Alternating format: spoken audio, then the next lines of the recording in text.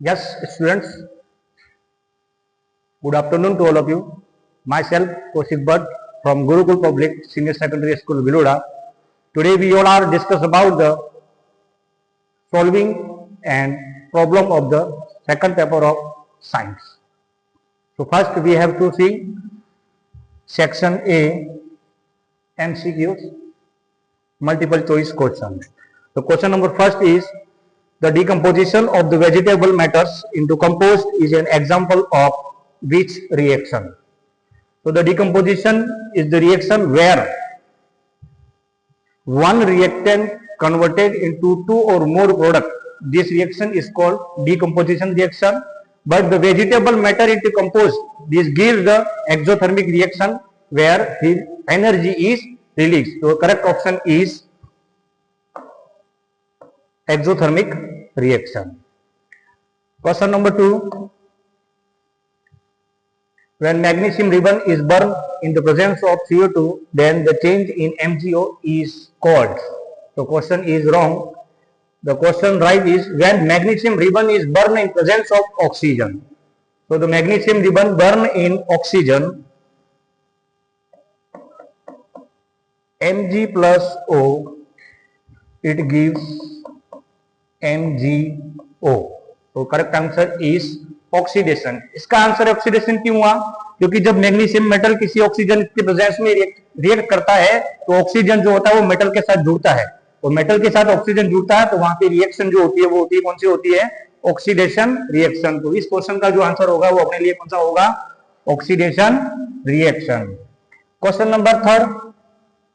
The ratio of concentrated hydrochloric acid and concentrated nitric acid in aqua regia. Aqua regia, the another name is the royal water, जिसका उपयोग अपन कहां करते हैं कि gold जैसे metal जो होते हैं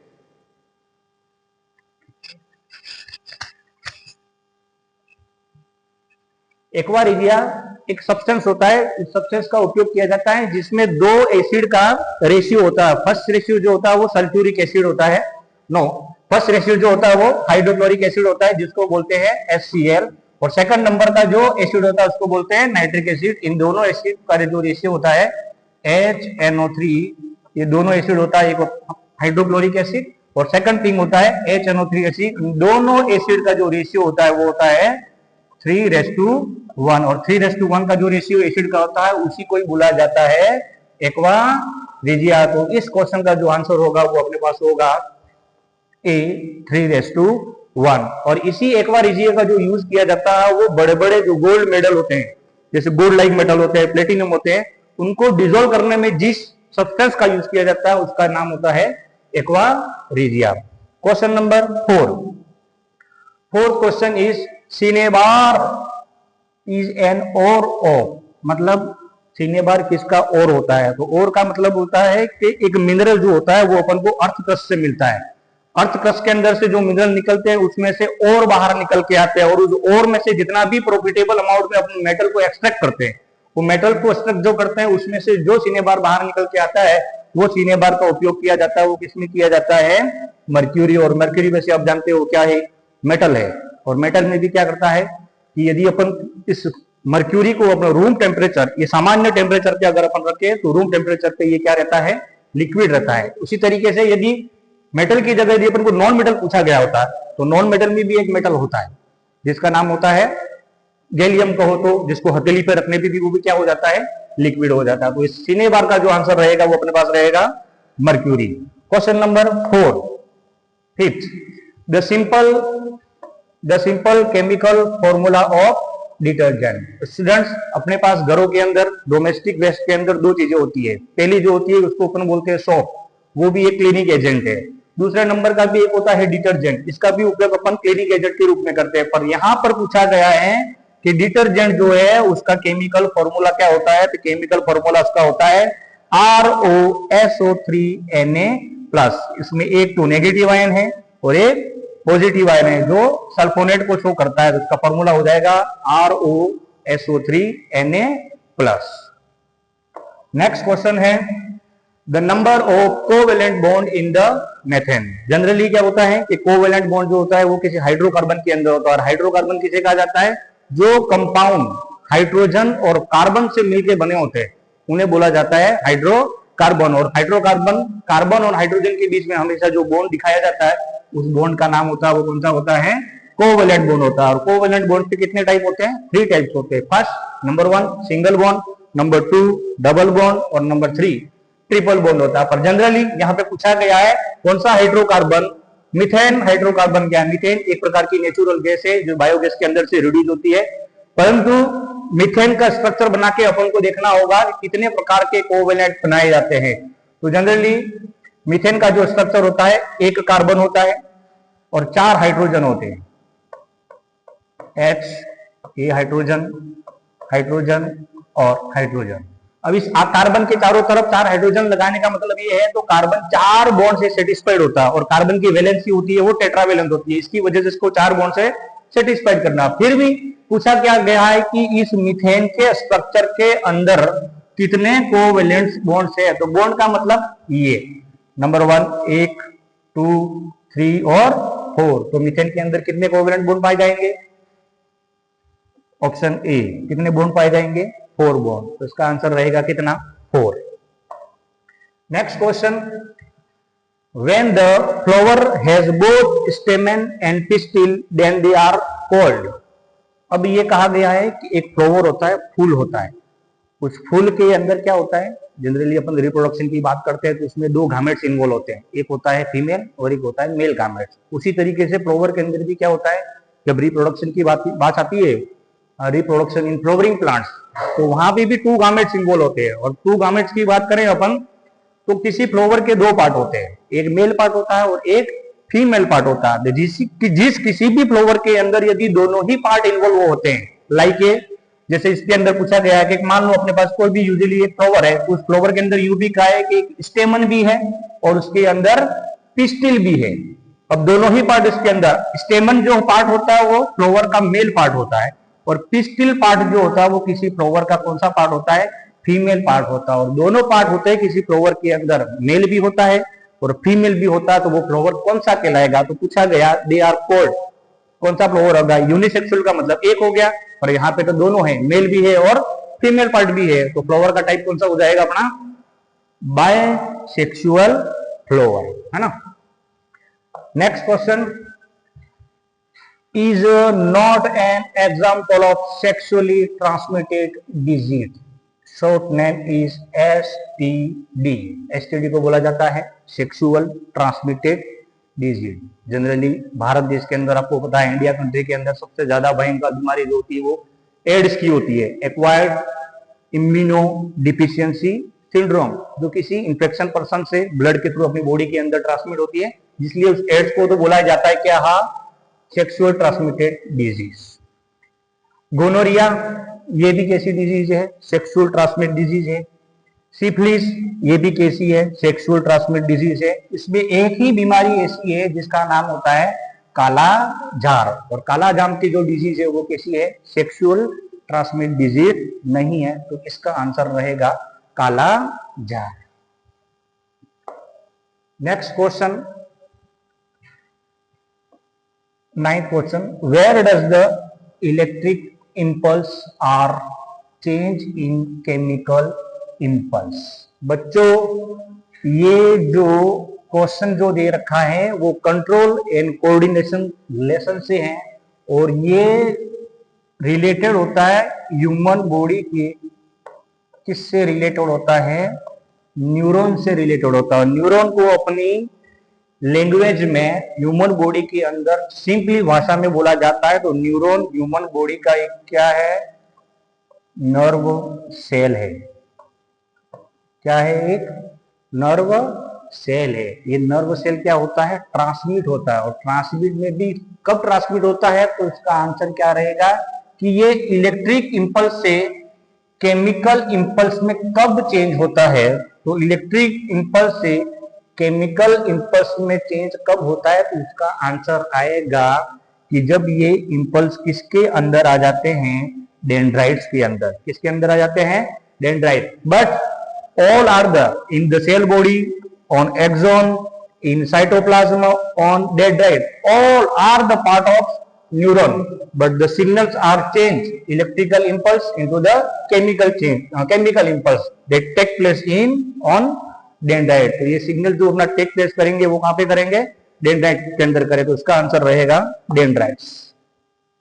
नेक्स्ट सिमिलर उसी लेसन का क्वेश्चन पूछा गया है कि what we call the small fine thread like, मतलब न्यूरॉन के अंदर धागे जैसा, थ्रेड लाइक का मतलब होता है धागे जैसा जो ब्रांच लाइक स्ट्रक्चर होता है, वो अभी बताया मैंने, देखो ये किसके अंदर होता है? Nerve cell. और अभी इस नर्व सेल को मैंने लिखा था आपके सामने, क्या कहते हैं इसको? न्यूरॉन कहते हैं। और न्यूरॉन के अंदर पूछा गया, वहां पे पूछा गया था सिग्नल कहां पे चेंज होते हैं, तो उसका आंसर था अपने पास क्या? कौन? डेंड्राइट। यहां पे भी पूछा गया है कि थ्रेड लाइक स्ट्रक्चर, ये इस प्रकार का स्ट्रक्चर होता है न्यूरॉन का।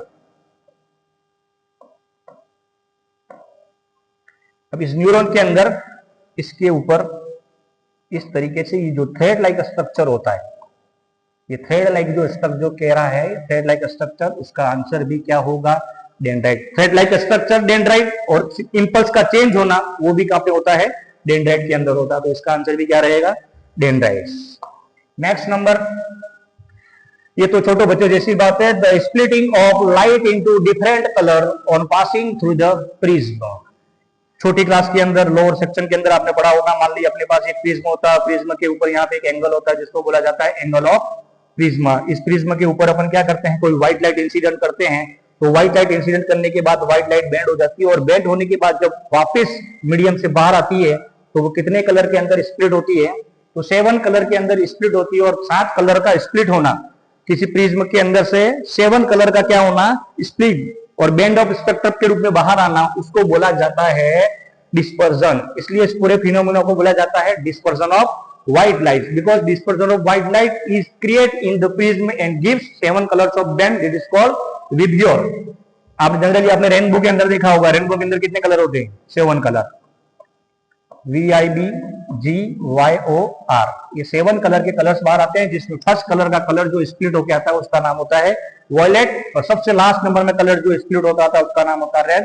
V का मतलब वॉयलेट, I का मतलब इंडिगो, B का मतलब ब्लू, G का मतलब ग्रीन, Y का मतलब येलो, O का मतलब ऑरेंज, और रेड का मतलब R का मतलब रेड कलर। तो ये 7 कलर का स्पेक्ट्रम है जिसको बैंड ऑफ स्पेक्ट्रम बोलते हैं, जिसमें से किसी व्हाइट लाइट को इंसिडेंट करते हैं किसी प्रिज्म के अंदर, तो व्हाइट लाइट बैंड होने के बाद जब किसी दूसरे मीडियम से बाहर आती है तो कितने कलर के अंदर बदलती है? तो 7 कलर के अंदर बदलती है। और 7 कलर का जो स्प्लिटिंग होना कहलाता है उसको क्या बोला जाता है? डिस्पर्जन। और जनरली आपने देखा है कि कभी अपना सीजन जो रेनी सीजन होता है, और रेनी सीजन के अंदर क्या होती है कि वाटर की ड्रॉपलेट्स एटमॉस्फेयर के अंदर रह जाती है, तो वाटर की जो ड्रॉपलेट्स जो होती है वो एक्ट लाइक अ प्रिज्म जैसा बिहेवियर करती है, इसलिए अपन को आकाश के अंदर किसका फिनोमिना दिखाई देता है? रेनबो का। और जस्ट इंपॉर्टेंट बात यह है कि रेनबो हमेशा ऑपोजिट ऑफ द सन की ऑपोजिट डायरेक्शन में ही क्रिएट होता है, ठीक है ना। इसलिए याद रखना कि लाइट का स्प्लिट होना कलर के अंदर कौन सा फिनोमिना कहलाता है? डिस्पर्जन कहलाता है। लाइट का किसी सरफेस से इंसिडेंट होने के बाद बैक वापस उस सरफेस पे आना रिफ्लेक्शन कहलाता है। और किसी भी लाइट का किसी एक मीडियम से दूसरे मीडियम का क्या अंदर क्या हो जाना? पास हो जाना रिफ्रैक्शन कहलाता है। और लाइट के अलग अलग पैटर्न को बताना होता है वो क्या होता है? डिफ्रैक्शन। तो इसका आंसर रहेगा अपना डिस्पर्जन। नेक्स्ट नंबर पे है बहुत ही अच्छा क्वेश्चन। जनरली होता क्या है, कुछ लोग ऐसे होते हैं जिनकी ओल्ड एज या किसी 25 या 30 ईयर की एज के अंदर ही क्या होता है, उनकी आंखों का विजन होता है वो पुअर हो जाता है। पुअर हो जाता है मतलब क्या है? डिफेक्ट ऑफ विजन, आंखों के अंदर दोष हुआ है। वो दोष बहुत सारे होते हैं। मायोपिया होता है, हाइपरमेट्रोपिया होता है, प्रेस्बोपिया होता है, एस्टिग्मेटिज्म होता है, कैटारेक्ट होता है। तो कुछ लोगों को देखने में क्या होती है? थोड़ी सी दिक्कत होती है। तो उसके लिए आंखों के अंदर एक पहला विजन पूछा गया, अपने सिलेबस के अंदर पूछा गया, वो कौन सा है? मायोपिया। और पूछा गया myopia is caused due to, किसकी वजह से होता है? तो किसकी वजह से होता है? मायोपिया के अंदर क्या होता है? उसके करेक्शन करने के लिए, लाइट को करेक्शन करने के लिए, रेटिना पे इंसिडेंट करने के लिए, यहाँ पे उसका करेक्शन जो होता है वो कौन सा लेंस होता है? Concave lens. यदि आप कॉनकेव लेंस का यूज करोगे तो लाइट कहाँ पे गिरेगी? सीधी रेटिना पे गिरेगी। और उसका बेसिक रीजन जो होता है मायोपिया का वो होता है कि अपने आंखों की जो आई बॉल है, इलोंगेशन जो है वो क्या हो जाती है? थोड़ी सी इंक्रीज हो जाती है। तो इंक्रीज होने के बाद, इंक्रीज होने का कारण क्या होता है? आंखों का सबसे most important part in human I, most important part is cornea. Cornea क्या होता है कि जनरली अपन कहते हैं कि किसी पर्सन की आंख हमको दे दी है, किसी आंख हमको डोनेट कर दी है, तो किसी भी पर्सन की आई डोनेट नहीं की जाती। उस पर्सन की ह्यूमन आई का कौन सा पार्ट डोनेट किया जाता है? कॉर्निया का पार्ट जो होता है वो क्या किया जाता है? डोनेट किया जाता है। जिसका रीजन क्या है कि कॉर्निया ह्यूमन आई का ट्रांसपेरेंट पार्ट होता है, जिसकी वजह से लाइट अपने ह्यूमन आई के अंदर क्या होती है? इंटर होती है। और इंटर होने के बाद सीधी ह्यूमन आई के किस पार्ट पे इंसिडेंट होती है? तो ये आंसर आपको याद होना चाहिए, रेटिना पे। जिस दिन यदि ये लाइट रेटिना पे गिरती बंद होगी, उस दिन या तो आपको मायोपिया होगा, या तो आपको पास का नहीं दिखाई देगा, या हाइपरमेट्रोपिया दूर का नहीं दिखाई देगा, या प्रेसबोपिया। प्रेसबोपिया का मतलब दोनों ही नहीं दिखते, न तो near as well as far. एक और विजन होता है जो in the beginning of early stage के अंदर क्या होता है कि छोटे बच्चों की आंखों का जो आई बॉल होता है वो क्या हो जाता है? थोड़ा सा बड़ा हो जाता है। और एक लास्ट 40 एज के अंदर क्या होता है कि लोगों की आंखों के अंदर क्या हो जाता है? कैटारेक्ट होता है, जिसको हिंदी भाषा में बोला जाता है मोतियाबिंद। आर्टिफिशियल सर्जरी के द्वारा इनके अंदर क्या डाला जाता है? लेंस डाला जाता है। तो यहाँ पे सिंपल पूछा गया था मायोपिया किसकी वजह से होता है? तो आंखों की जो आई बॉल होती है ब्लैक कलर की, उसकी साइज जो होती है वो इंक्रीज हो जाती है। नेक्स्ट नंबर पे बहुत ही अच्छा question, which of the following relation is not a Ohm's law. तो यहाँ पे 4 इक्वेशन दे रखी है। इन 4 इक्वेशन के अंदर कौन सी इक्वेशन है जो ओम्स लॉ को फॉलो नहीं करती? तो सीधा जवाब है इसका कि वी स्क्वायर ओपन आई जो है वो क्या नहीं करती? इसको फॉलो करती नहीं है। तो इसका आंसर है विच of the following relation not a Ohm's law. तो वी स्क्वायर ओपन है, क्योंकि वी प्रोपोर्शनल आई होता है, that is the right. V proportional I R, ये भी राइट है, पर वी स्क्वायर ओपन आई जो है उसका रॉन्ग आंसर है। नेक्स्ट नंबर का क्वेश्चन है, the resistance of a 10 meter long wire is 15 meter ohms and its length is reduced to 5 meter, then the resistance of wire in ohm will be 75। इसको solve करना पड़ेगा। R is equal to rho L upon ऐसे solve करोगे तो इसका जवाब आ जाएगा आपके पास 75 मीटर या ohm. Electric appliance are earthen too, किसी भी इलेक्ट्रिक अप्लायंस को जमीन के अंदर अर्थिंग क्यों दी जाती है? अर्थिंग देने का रीजन इसका ये होता है कि ये अपन को किसी भी मैकेनिकल शॉक से क्या करता है बताया जाता है, जिसकी वजह से जमीन के अंदर, अर्थ के अंदर एक वायर फिट किया जाता है। उस वायर का नाम होता है अर्थ वायर। और अर्थ वायर जो होता है वही चीज सेफ्टी डिवाइस। और एक दूसरा भी होता है, अर्थ वायर भी एक सेफ्टी डिवाइस है, और इसके अलावा एक और भी होता है फ्यूज। फ्यूज भी क्या है? एक सेफ्टी डिवाइस है। अर्थ वायर भी क्या है? सेफ्टी डिवाइस है, जो अपन को किसी भी एनी मैकेनिकल या प्रिवेंट शॉक से अपन को क्या करता है? झटके से बचाता है। तो इसका आंसर हो जाएगा ए, प्रिवेंट शॉक।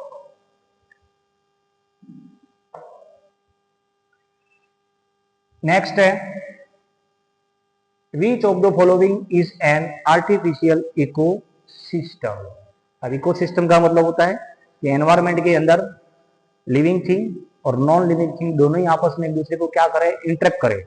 और दोनों ही इंटरेक्ट करते हैं तो उसमें से एक स्पेसिफिक क्या बनता है? अपना इकोसिस्टम बनता है। पर इकोसिस्टम के 2 टाइप्स होते हैं, एक होता है नेचुरल होता है और एक होता है आर्टिफिशियल। तो यहाँ पे जो क्वेश्चन पुट किया गया, पूछा गया है जिसमें कि विच of the following is a artificial ecosystem. तो फ्लावर बड़ा बेड बनाते हैं, आर्टिफिशियल है।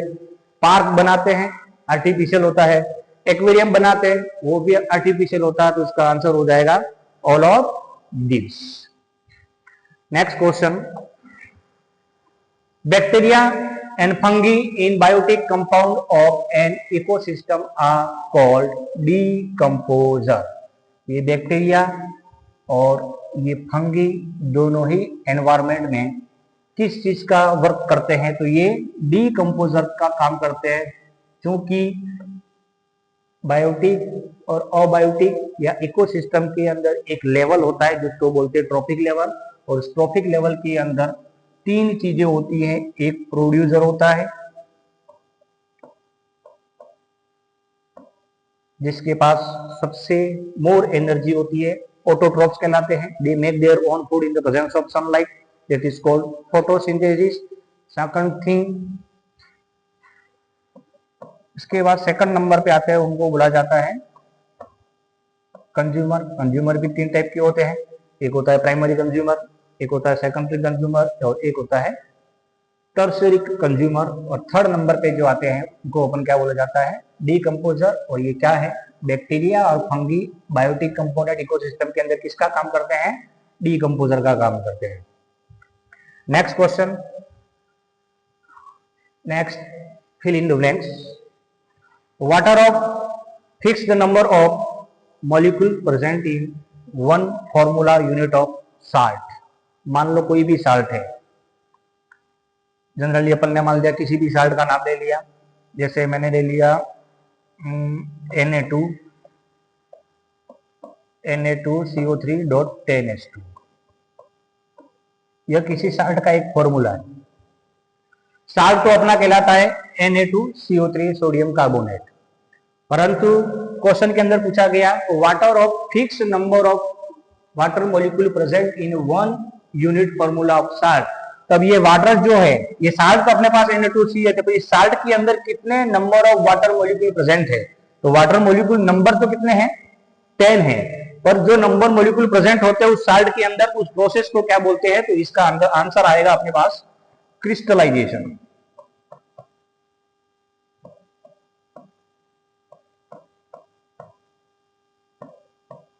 The number of water molecule present in the one unit formula of salt, that is called crystallization। ऐसे बहुत सारे साल्ट्स है जिनके अंदर number of water molecule present होते हैं, जैसे सोडियम कार्बोनेट के अंदर 10 मॉलिक्यूल प्रेजेंट होते हैं, जैसे CuSO4। कॉपर सल्फेट की बात की अपन ने, तो कॉपर सल्फेट के अंदर कितने मॉलिक्यूल होते हैं, 5H2 है। फेरस सल्फेट की बात करें, FeSO4, फेरस सल्फेट के अंदर कितने मॉलिक्यूल होते हैं, 7H2 है। फिट करिए K2SO4, Al2SO4 का थ्राइस .24H2O। कैल्शियम सल्फेट है, CaSO4.12H2O। ऐसे बहुत सारे हैं जिसके अंदर वाटर के मॉलिक्यूल प्रेजेंट होते हैं, पर वाटर के मॉलिक्यूल प्रेजेंट होने की जो प्रोसेस होती है उसको बोला जाता है क्रिस्टलाइजेशन। नंबर 2, सेकंड नंबर पे पूछा गया है कि कौन सा ऐसा सब्सटेंस है, ऐसा कौन सा कंपाउंड है जिसका उपयोग सोडा एसिड फायर एक्सटिंग्विशर में काम करते हैं, मतलब अग्निशामक यंत्र के रूप में काम आता है, तो इसका आंसर होता है बेकिंग सोडा। इसका आंसर अपने पास आएगा बेकिंग सोडा, और बेकिंग सोडे का फॉर्मूला होता है NaHCO3, that is the formula of baking soda. Next fill in the blanks.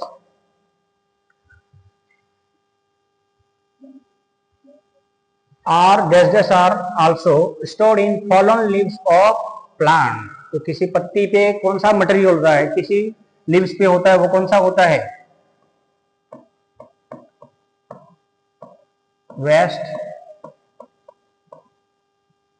Waste material are also stored in fallen leaves of plant. जो पत्तियां नीचे गिर गई है उन पे कौन सा मटेरियल होता है, तो वेस्ट मटेरियल होता है। बहुत अच्छा question. The wall of the arteries are thick and. Arteries और वेन्स ये दोनों ह्यूमन बॉडी के हार्ट्स के रिलेटेड होती है, जो ब्लड को लाना, कैरी करना, ऑक्सीजनेटेड ब्लड को ले जाना, डीऑक्सीजनेटेड ब्लड को बॉडी के द्वारा रिमूव करना या ले जाने का काम जो करती है वो दो चीजें करती है। एक तो होती है अपनी ह्यूमन बॉडी के अंदर आर्टरीज, और एक होती है अपन ह्यूमन बॉडी के अंदर वेन्स। ये दोनों क्या कैरी करती है, तो ब्लड को कैरी करने का काम करती है। फिर भी पूछा गया है कि आर्टरीज होती है वो ठीक होती है, मोटी तो होती है, पर उसके साथ दूसरा और क्या होती है, तो इसका आंसर आएगा फ्लेक्सिबल। कैसी होती है, flexible. Next question. The character which are recessive in first generation. जो करेक्टर रेसेसिव है फर्स्ट जनरेशन के अंदर, पहली पीढ़ी के अंदर जो भी करेक्टर रेसेसिव है, तो इसका आंसर एकदम सिंपल है, उन्हीं को बोला जाएगा,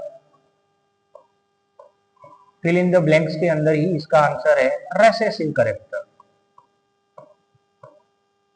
इसका आंसर आ जाएगा रेसेसिव करेक्टर। और जो रेसेसिव करेक्टर वाले जनरली जो भी प्लांट होते हैं वो हमेशा ड्वार्फ होते हैं, और दोनों पेयर अगर सेम हो करेक्टर तो होमोजाइगस होते हैं, और दोनों करेक्टर अगर डिफरेंट हो तो हेटेरोजाइगस होते हैं। Which of the Austrian citizen is propose the law of inheritance. Inheritance का मतलब genetic, from transfer of gene from one generation to other generation. तो ऐसा कौन सा साइंटिस्ट था जिसने प्रपोज किया लॉ ऑफ इनहेरिटेंस? तो ये अपने हेरिडिटी से है, और इसका आंसर आएगा ग्रेगर जॉन